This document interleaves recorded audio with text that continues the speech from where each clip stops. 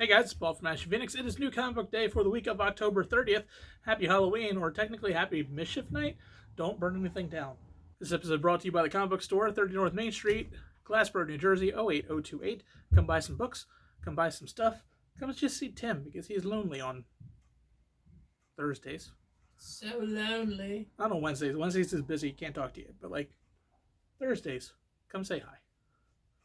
Come visit me. Oh, it's so sad and pathetic here on Thursdays all by my lonesome. There you go. We're going to start right now. You don't have to come visit me. Hey guys, Tim from Capes and Scowls. Let's talk about these trades, huh? I've got Marvelverse Iron Man, collection of Iron Man stories. We've got War of the Realms Iron Man. Just need all the Iron Man, don't you? Thor, this is volume 3 of The Return of Male Thor. We have Symbiote Spider-Man, volume 1. Is this the one and only they did? I guess it was. We got Black Science. I believe this is the end. This is the end of it. This book is fantastic. I love it. We have War of the Realms Uncanny X-Men. Nobody needs that. We have Deadpool, volume 3. Does this tie in with War of the Realms a little bit? I think it might. Just based off the back cover, I think it might. The Often Wrong. This is like an art book. This is pretty cool. The guy who did Proxima Centauri. I know he's got a lot of fans. We got Dick Tracy Forever. Michael Avon Homing. I enjoy Dick Tracy. Hit Girl in Hong Kong. I like all these little, hey, Hit Girl somewhere else doing a thing. We have Amazing Spider-Man Red Goblin. This is a thicker trade doing, looks like Amazing Spider-Man 794 to 801. Red Goblin, pretty relevant to the Absolute Carnage stuff. We have Marvel Action Spider-Man. Spider Chase. We have Marvelverse Thanos. This is actually a bunch of really cool Thanos stories in here. Thanos had like 1,000 appearances before he did like Infinity Gauntlet stuff. And Spider-Gwen, Gwen Stacy. Combination of a lot of her key first appearances. So there you go. That's your trades. All right, let's do these previews. New previews are in. Here's the DC one. Wonder Woman number 750 is coming. Something random. The Oracle Code trade paperback. That's pretty cool. All these smaller graphic novels have done really well for DC. The Marrow one, the Black Canary, the Raven one sells like crazy. Now for Marvel, something random. Star Wars, The Rise of Kylo Ren, issue 2 of 4, with a Clayton Crane cover. That's always fun. I like me some Clayton Crane. Clayton Crane, have you ever seen... He looks like a villain from, like, The Crow. He's very 1992 metal. He rules. Clayton Crane, if you're watching, you rule. I don't know why I had to do that, but I totally still doing it. Previews. Random. Paul, say stop. All right. We've got Giant Killer Robots Urban Wasteland expansion.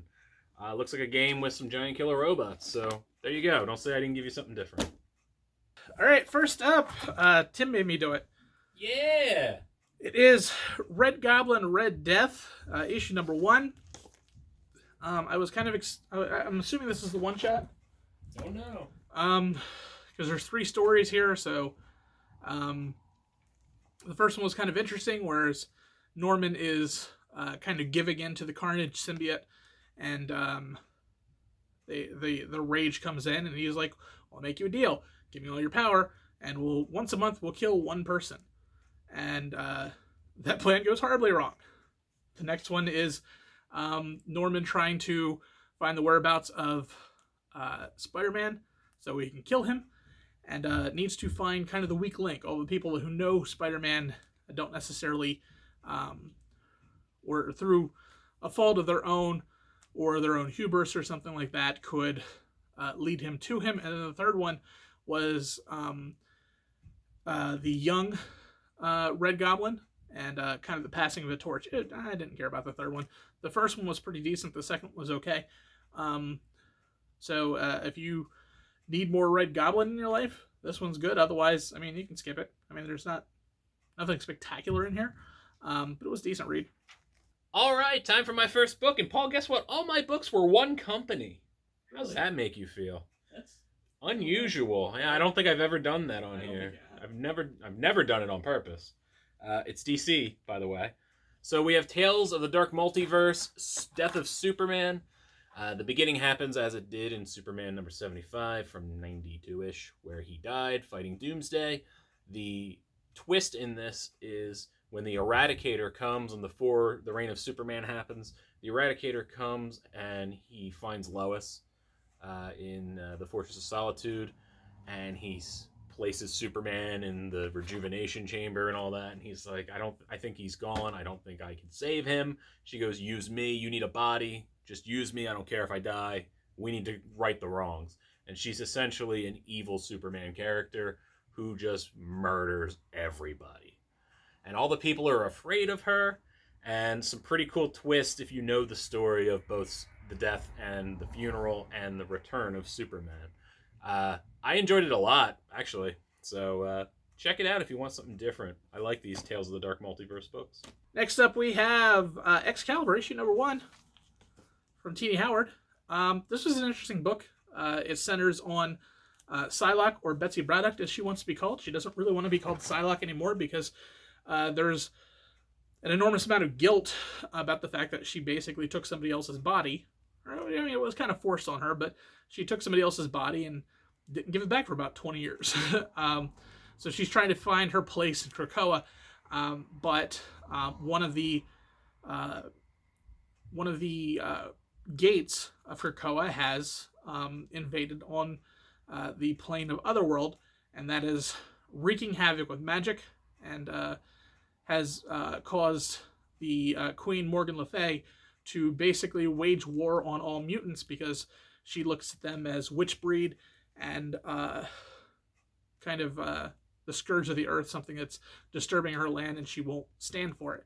And that leads Betsy and Captain Britain to Otherworld to kind of stop this.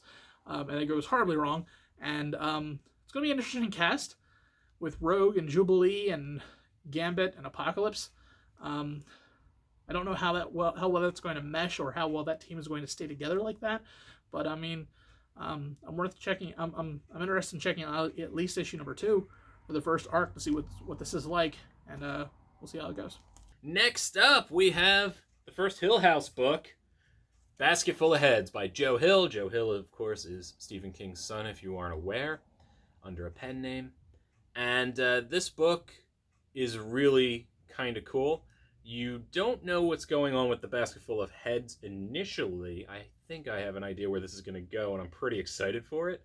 Most of this issue is a flashback to 1983, and it deals with a young couple, one being like a part-time rent-a-cop, essentially, during it's like a shore town. They're like on an island, I think. And a couple of prisoners escape from jail. They aren't like high-level criminals, so no one's really afraid of them, and they're just trying to track them down. And things go really crazy. If you're not familiar with Joe Hill, he has a similar style to his father, but it's still uniquely his own. And I love this. I thought this was a great setup, a great issue 1. It ended in the right place. Also has a Sea Dogs backup story, which is fun. I believe you have to read all the different Hill House books to get all the chapters. Whatever, but I like the book. It's great horror, and I'm curious to see where it goes. I think it's going to really ramp up quickly come issue 2 and 3. Next up, almost my pick of the week, DCeased issue number 6. Superman is dead-ish and is coming and just basically destroying the world. And this is the ending of the book. You get to figure out what happens to humanity, for lack of a better term, and why this has always been kind of written as an epilogue. And you figure all this out. It's a good read.